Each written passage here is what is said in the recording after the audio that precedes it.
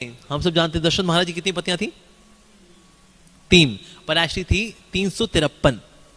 There were 353 queen's, 350 plus 3, तो 3 जो थी वो एक्चुअल में उनकी वाइफ थी, जिनका नाम हम सब जानते हैं। और क्या था?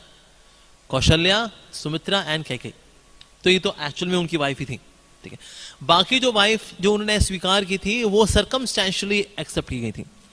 क्यों? क्योंकि उस वक्त परशुराम जी भी थे, जो कि इस स्प्री में निकले हुए थे कि जितने भी क्षत्रिय हैं सबके सब रजोगुण में हैं, इसलिए इन क्षत्रियों को ना मैं पूरी पृथ्वी को 21 बार उन्होंने क्षत्रियों से विहीन कर दिया था। तो लेकिन 2 कंडीशन में वो क्षत्रिय को छोड़ दिया करते थे।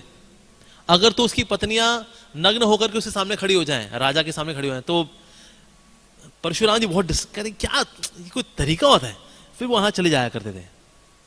तो अगर उसकी पत्नी जो है, राजा की पत्नी, अगर वो नग्न होकर सामने खड़ी हो जाए। दूसरा, अगर कोई राजा शादी कर रहा होता था, फेरे ले रहा होता था, तो छोड़ दिया करते थे।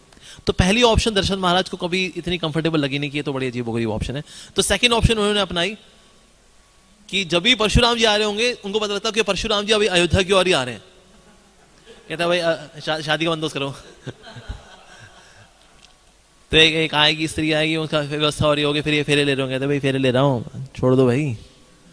हालांकि दशरथ महाराज अपने आप में बहुत पराक्रमी थे, लेकिन वो ये जानते थे कि भगवान के ये शाक्ताविष अवतार है परशुराम जी, इनसे लड़ना वो ठीक नहीं है। तो एक मर्यादा रखते हुए उन्होंने ऐसा किया।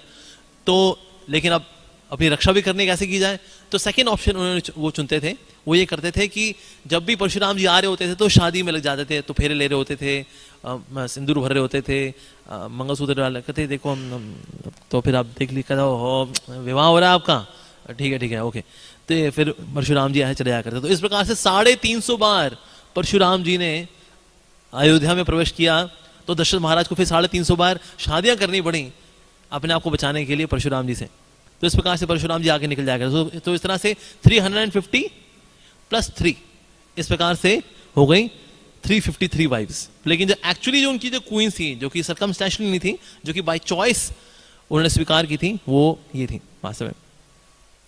तो उनके जीवन में सब कुछ था।